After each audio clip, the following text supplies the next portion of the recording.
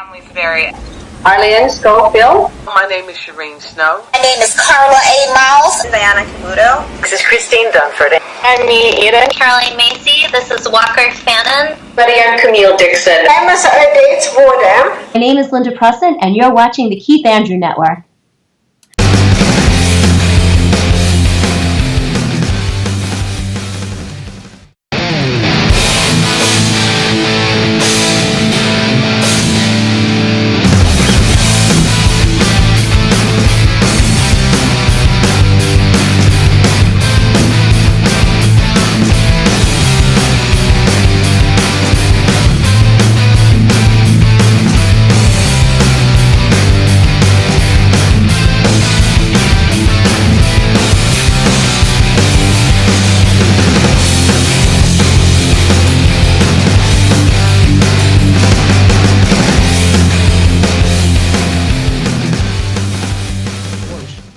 My name is Keith Andrew, and this is episode 435. I'm here with an ECW legend from behind the mic, and he's also a manager, former manager of ECW.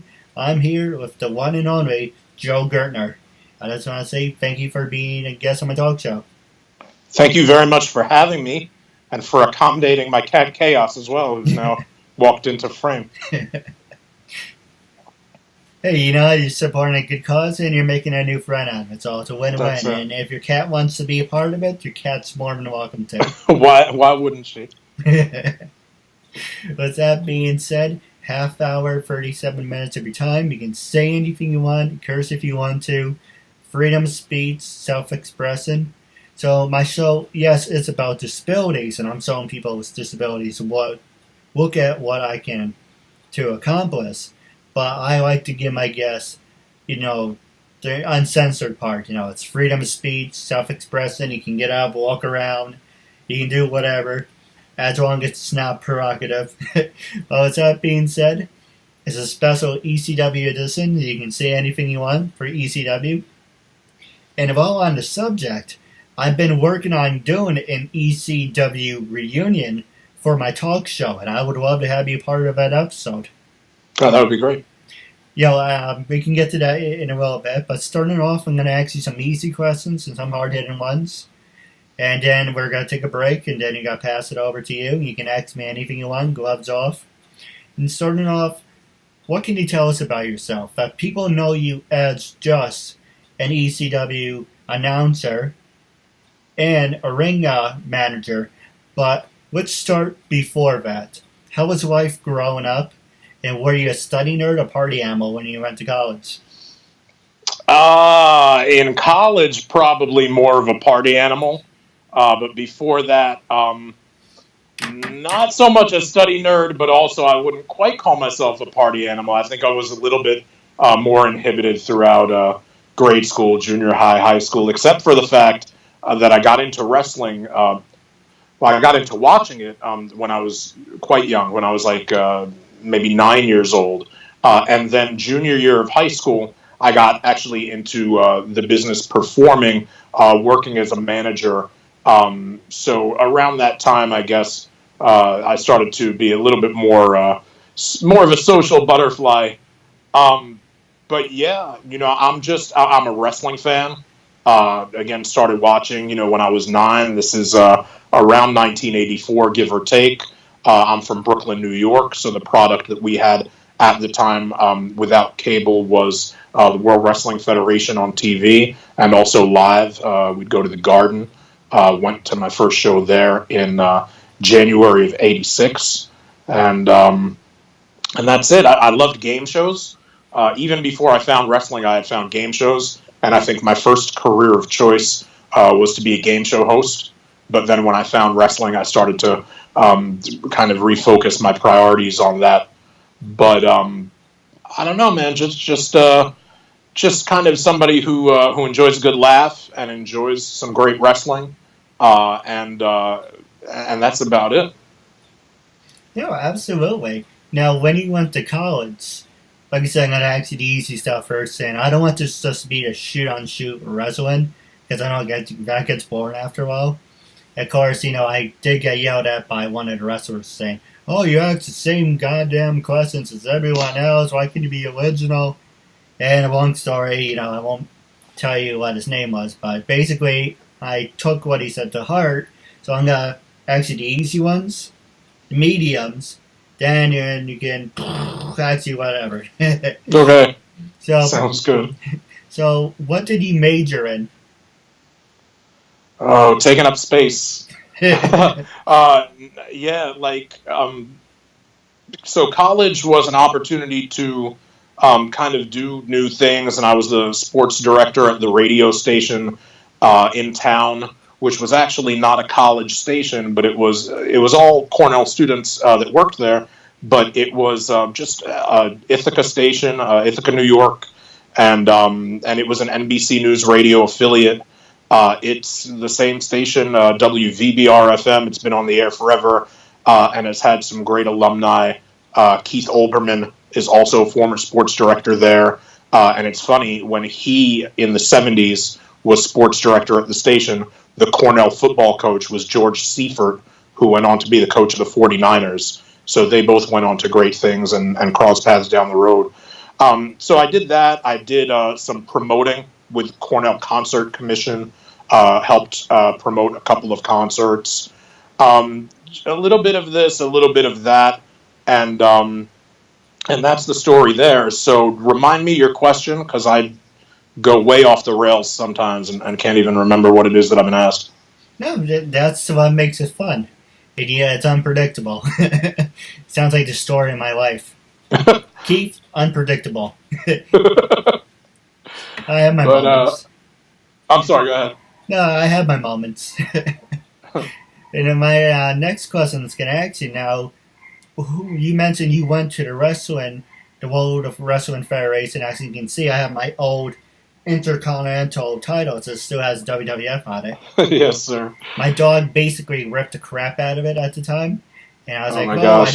I don't have the belt anymore. What am I going to do with this thing? So you had to put your dog over in a dog collar match? That's crazy. That would be funny. I didn't think of it at the time.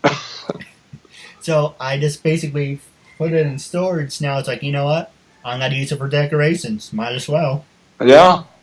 So I was going to ask you, what was your very first match as a kid if it said, you know what? This is what I want to do for the rest of my life. And with that being said, making a transition in the ECW, how did you approach that? For people who want to follow in your footsteps, how did you go from fan to here I am? Yeah. I love wrestling matches. I love the actual wrestling about wrestling. I love the in-ring and the athleticism and the physical storytelling through psychology. I do love it. But as a kid, even though I did love it and getting to see, Savage versus Steamboat, at the time that it was happening, and other great matches, Savage Santana for the Intercontinental title and just a whole bunch of great stuff. There's no way not to like that if you are, indeed tried and true a wrestling fan. But for me, the talkers and the crazy characters and kind of the freakazoid types are what I gravitated to, because that's the kind of stuff that I thought you couldn't find anywhere else on television but pro wrestling. So, I loved Roddy Piper, Jesse Ventura, all of the managers of the time, Bobby Heenan, Jimmy Hart, Freddie Blassie, just everybody, Johnny Valiant, all of them. And gosh, Howard Finkel. At one point, I did wind up being, for a little stretch, the primary ring announcer for ECW. But at one point in time, instead of being a manager, I was focused and would have been very satisfied being, a Howard Finkel type somewhere when I was an adult. And then also just the really, really over-the-top crazy characters, guys like George the Animal Steel, Kamala, the Missing Link, guys like that. So it was that kind of stuff. Crazy promos, crazy Piper's Pit, seeing stuff crazy happening on, whether it's Saturday night's Main Event or Tuesday Night Titans. That's the kind of stuff, the kind of, almost like an adult sport version of you can't do that on television. That's the kind of stuff that really captured my imagination. All right, so for an example, do you like today's wrestling, or are you more of a fan of the indies and backyard wrestling? I mean, I like wrestling in general. I like wrestling as long as it's good. I think, beauty's in the eye of the beholder, so I think it's, subject to, one's own opinion, case by case, whether something's good or not, I don't think it's like, some people say, pizza's good hot, pizza's good cold, pizza's pizza, so pizza's good. I don't, as much as I love wrestling, and I love if it's really bad wrestling, then it's good because it's really bad. Yeah. But in general, wrestling, I think there is good wrestling. There is a kind of X factor or can't put your finger on it, je ne sais quoi, that makes wrestling good, as opposed to just kind of being there and being filler. But to tell you what exactly that is, in 25 words or less that applies everywhere, it's kind of like art, or it's kind of like porn. You don't know exactly how to describe it, but you know it when you see it. And for me, that's good wrestling. Oh, absolutely. And now, what were your steps to getting into professional wrestling? How did you join ECW? Well, just in general, what were the steps you had to take? So, yeah, around my 16th birthday, so I was a high school junior, and there was a wrestling school, a wrestling gym, in Manhattan, in New York City, and I went there because I had learned about it from a newsletter that I was getting at the time, George Ann Macropolis's Wrestling Chatterbox, and so I went to the Lower East Side Wrestling Gym. And there I did a little bit of everything, a little bit of ring announcing, mostly managing under the name Joey Jaguar, and also refereeing, anything to help out. And, doing that, kind of like being on a recital, you know what I mean? Kind of like, sixth grade dance recital in the case where, you're not making any money, but you're gaining experience and you're networking and you're getting to know people. And that's what I did for a couple of years until I went to college, and also during college, like during summer breaks and winter breaks and that kind of thing. For ECW, I went to Philly. I'd been to one ECW arena show before this, and I was watching it up in Ithaca. I want to say there was a sports bar in town that if you walk a couple miles, you'll get to the center of town, and the sports bar had a satellite dish, so they had Sports Channel Philadelphia, which was really ECW's only clearance at the time, I think. They may have been on Channel 48 also in Philly, but that wouldn't have been on the dish. So, yeah, I would watch it there.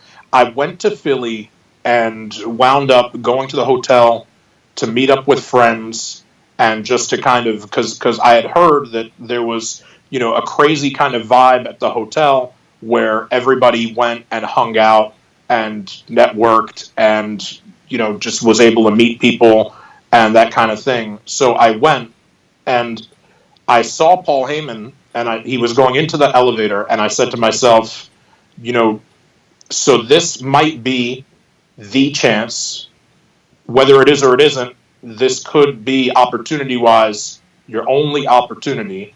And I just almost fight or flight style, I said to myself, well, you've been working in the business a few years, like 4 years. You do this, you do that. You have a mutual friend or two with Paul Heyman. You're from New York.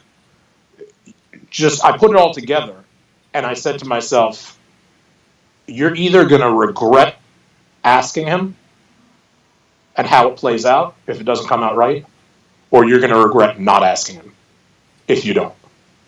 And I made the calculation real quick that I would rather regret asking him if I could join ECW and not get a job than regret letting him walk into the elevator, the doors close, and there's not a good opportunity again. So I went up to him and I said, hey, Paul, my name is Joel Gertner. Told him a little bit about myself and in any way how it might pertain to him, and said, you guys are doing a show in Middletown, New York, coming up in a few weeks. I know your ring announcer and timekeeper, your crew, is local to Philly. I said, so I'm not trying to take something away from anybody else, but if it's the kind of thing where you would have been looking around anyway for somebody last minute to do ring announcing or timekeeping, I just wanted to volunteer my services in the form of an audition, and I'd just be more than happy to do that in case nobody has that spot already. And he kind of looked at me and he was like, you want it? I was like, yeah. He's like, hold on a second. Oh, okay. My battery notification, I thought I lost you. Yeah, he said, you want it? I said, yeah. He said, you got it. Be there by 5. And that was it. That was it. And that was about 5.25 years. No, absolutely. You know, I heard a lot of good things about Paul Heyman. I've seen some of his work. I love Paul Heyman's work. With that being said, don't hold this against me. I'm not really a big fan of ECW. What Jerry King Lawler used to call it, extremely crappy wrestling. That's funny, yeah. It's just, okay, compared now to then, I would prefer to watch it. But when I was a kid, I was like, I liked WCW. I liked the whole Bret Owen and the Federation years. And the whole Attitude Era, just to me, when wrestling died, I hated the whole Attitude Era. In ECW, there were some great wrestlers. Some I actually got on the show, like you. I got, I'm going to shoot some names to you and you just tell me if you know them or not. Bay Ragme. Yes. I had him on the show. I had Just Incredible. Yes. I had Raven. Yes. I had, I'm thinking it's either Angel or April. Spanish Angel from the Baldies? Yes. Yeah. I don't know why I was thinking April. But yes, I got Angel. I got a couple other wrestlers, like, trying to think off the top of my head without hurting myself. Ernest the Cat Miller I got. Sonny Ono, we did a demo interview. Stevie Ray, we did a demo interview. Titus, from TNA, he was Funkasaurus, we did a demo interview. I'm getting Lenny Pablo, the brother and Brandy Savage, back on the show for part 2. I'm looking forward to that. That's cool. I did one with Vince Russo. And I'm trying to get, you're probably going to say this is never going to happen. I want to get Vince, Stephanie, and Shane on my show. It's like, yeah, they probably won't. I'm not going to be on the radar because I keep messaging them on LinkedIn saying, hey, look what I do. Am I good enough to work with you? But, yeah, I get no answer.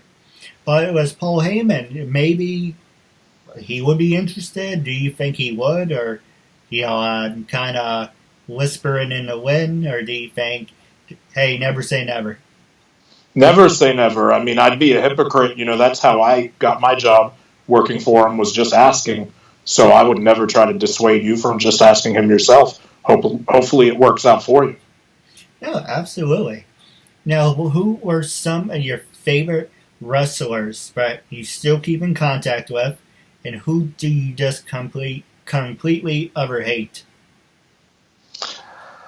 I don't hate anybody, pretty much in life, let alone in wrestling. So I think life is too short and a wrestling career is too short. Somebody would have to give me real sufficient reason to hate them. And so far in about a quarter of a century, nobody has. Who do I still keep in contact with? Wow. Probably the ECW wrestler or personality that I speak with or talk with online the most would be Blue Meanie. Keep in touch with him. And then there's a convention in Philadelphia that happens every 3 months, every 2 months. And I go to that one more often than not. And usually the guys that are close enough to Philly They go to, like I do, they go to the convention on multiple occasions, but there's always a nice rotation of people who aren't from the area, who are kind of flying in or what have you. So I get to see a lot of people that way. So in November, I think it was the most recent one. And I got to catch up with Devon there in person, which was cool. Who else? Who have I seen a few times throughout the last few years? Me and Meanie got to hang out with Fonzie, Bill Alfonso.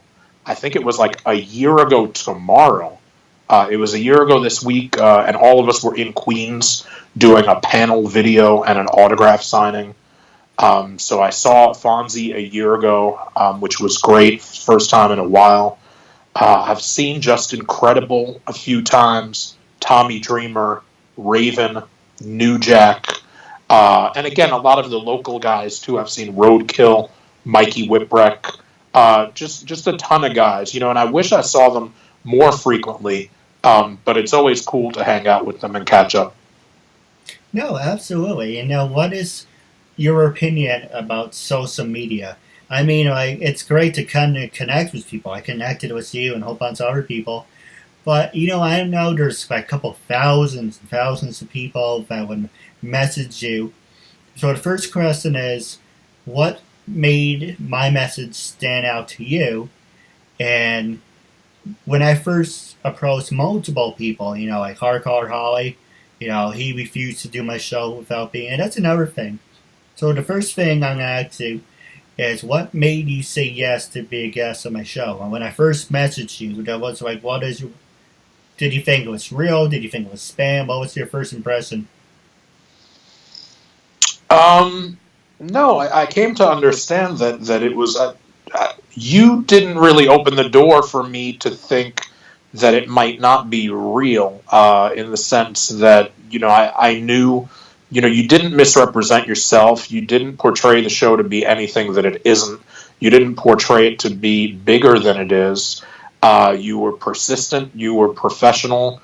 And there's probably a couple of other factors on a real short checklist of about 5 or 10 things. But, you kind of achieved all those. So at that point, even though I'm not really at this time doing podcasts as a guest, because I'm working on my own podcast portfolio as far as announcing for one, and in talks always for opportunities to do other podcasting stuff as well, with something currently ongoing as we speak. So, I'm kind of not in a zone where I either am going out on the guest circuit for podcasts, or that I have much that I would want or need to promote, this week, next week, this month on a podcast. I essentially am doing this one because, like I said, you've reached out, you've been persistent, you've been eager about it, but professional. And, the same way I had that, fight or flight, like I said, when I was asking for the job, where it's like, yay or nay, thumbs up, thumbs down, it got to the point where I said it wouldn't make sense not to do this podcast. So I decided to just, sit with you and put together a day and a time and make it work. Yeah, I appreciate it. And what would you say to those other wrestlers that blocked me without even giving me a chance, without even explaining myself? Well, I mean, this entire experience has been pleasant for me, professional. Like I say, it's been, I don't want to say just like every other podcast I've done, because that's not, the meaning in that is, I think you know what I mean when I say I wouldn't want to say that.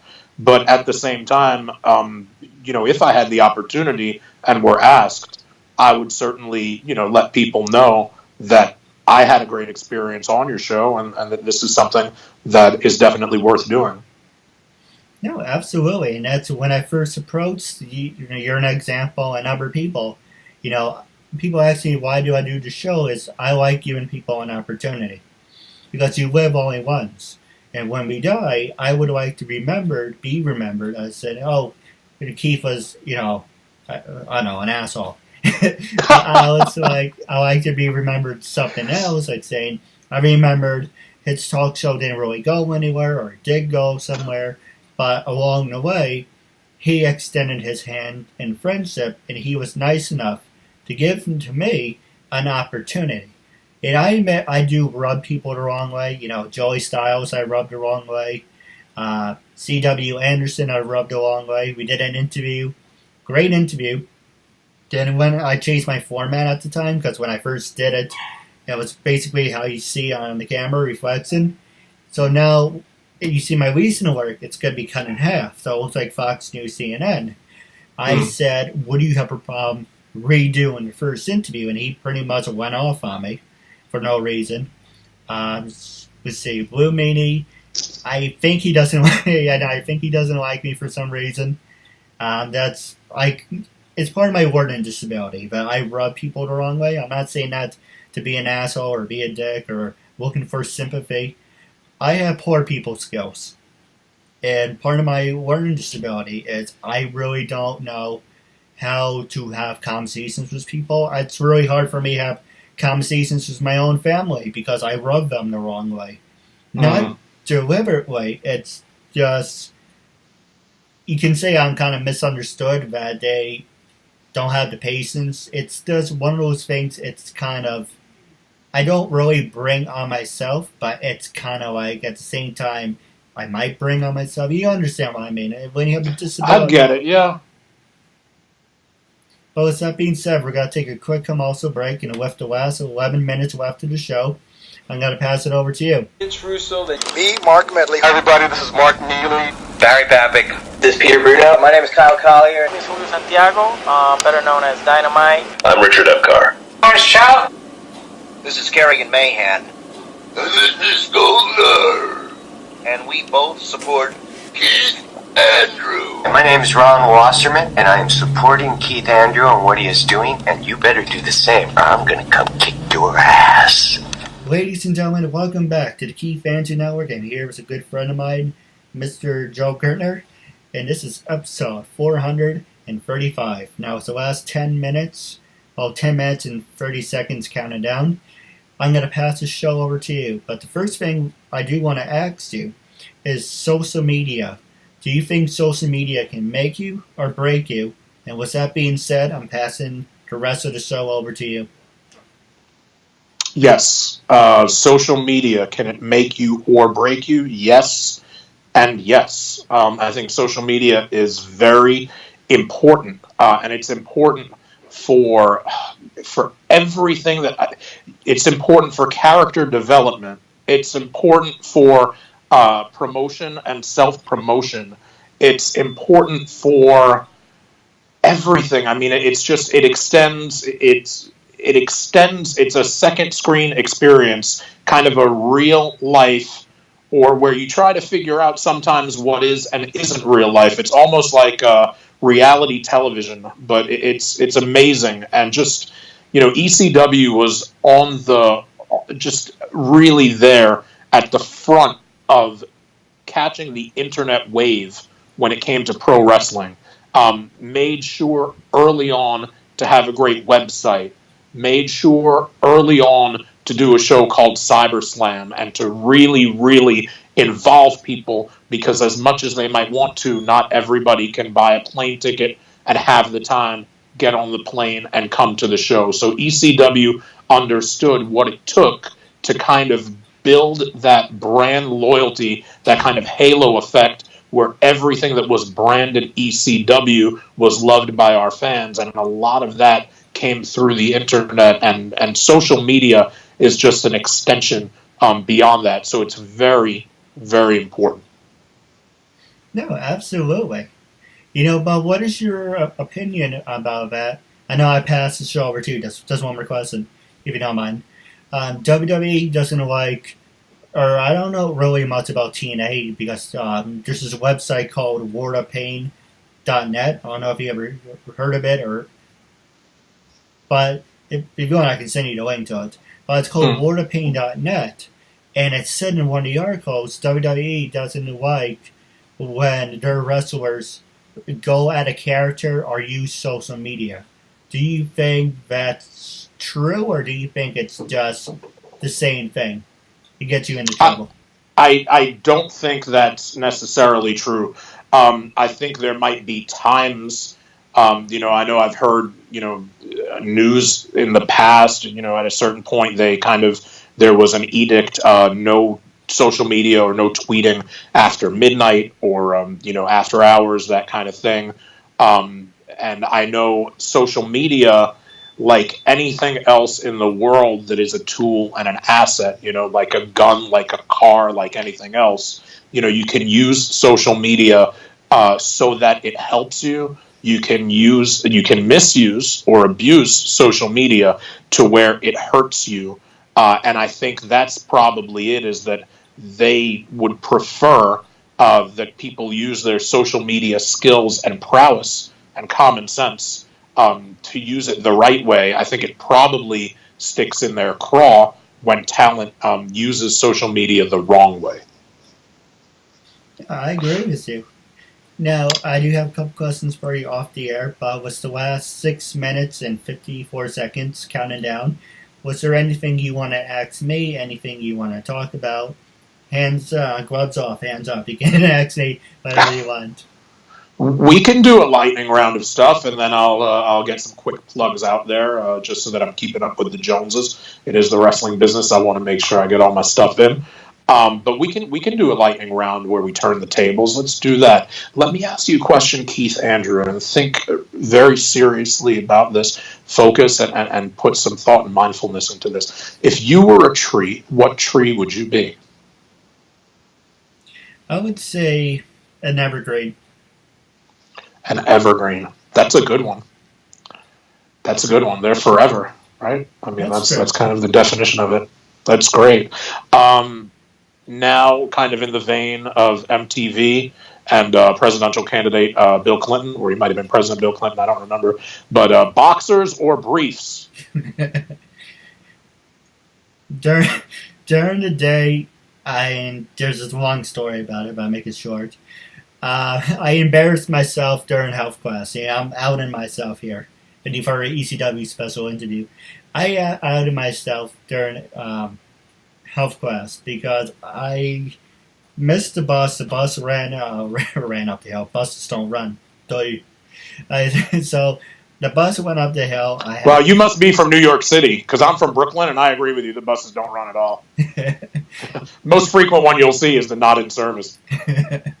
So the bus went up the hill, and I had about like 10, 15 minutes before it came back down. And I was like, well, I'm wearing my boxers already. Screw it. I got my pants, got my shirt, and I basically ran out. And I was in a health class, and I was like, wow, these pants feel really poofy.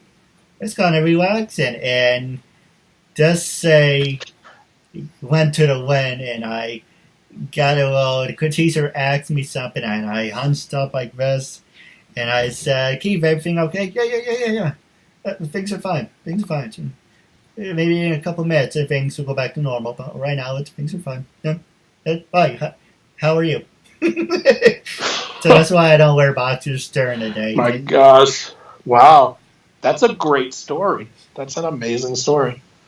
Let's see, what else is good? What's your favorite food? My favorite thing?